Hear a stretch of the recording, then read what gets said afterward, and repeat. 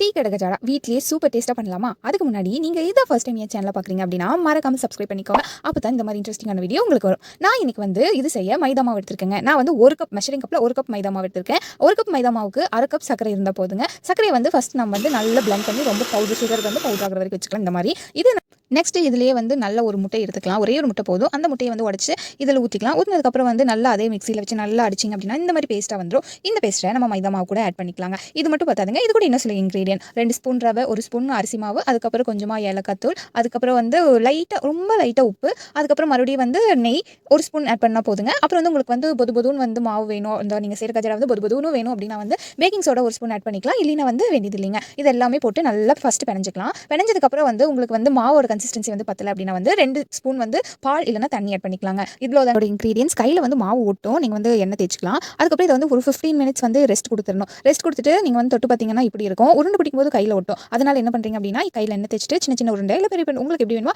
அந்த மாதிரி பிடிச்சிக்கோங்க. சின்ன உருண்டை பிடிச்சிங்கன்னா இன்னும் நல்லாயிருக்கும். அப்புறம் வந்து எண்ணெய் இதுக்கு வந்து ரொம்ப சூடாயிடக்கூடாது, மிதமான சூட்டில் இருந்தாலே போதும். ரொம்ப சூடாக இருந்துச்சுன்னா வந்து வெளியே ஃபுல்லாக கருகிரும், உள்ளே வந்து நல்லா அந்த அளவுக்கு வெந்து வராதுங்க. அதனால மீடியம் ஃப்ளேமில் வச்சுட்டே வந்து நீங்கள் எல்லா பால்ஸையுமே ரவுண்டாக ஊற்றி உள்ளே போட்டுக்கலாம். உள்ளே போட்டு 2 சைடுமே வந்து நல்லா வேக வச்சு எடுத்துக்கலாம். மீடியம் ஃப்ளேம்லேயே வச்சு வந்து செஞ்சுருங்க. இல்லைன்னா வந்து உள்ளே வந்து வேகாமல் போயிடும். நல்லா இந்த மாதிரி ஆனதுக்கப்புறம் வந்து நல்ல கோல்டன் ப்ரௌனாக டார்க் கோல்டன் ப்ரௌனாக வந்துடும். வந்தாலே வந்து நமக்கு அதோட கன்சிஸ்டன்சி வந்து ரெடி அப்படின்னு அர்த்தம். அப்போ வந்து நீங்கள் பிளேட்டில் போட்டு சர்வ் பண்ணிங்களா சூப்பரான டீ கடை கஜரா ரெடிங்க. நீங்கள் வீட்டில் ட்ரை பண்ணி பார்த்துட்டு எப்படி இருக்குங்கிறத மறக்காம கமெண்ட் பண்ணுங்கள். வீடியோ பிடிச்சிருந்தா வீடியோ லைக் பண்ணி சேனலை சப்போர்ட் பண்ணுங்கள். தேங்க்யூ ஃபார் வாட்சிங் திஸ் வீடியோ.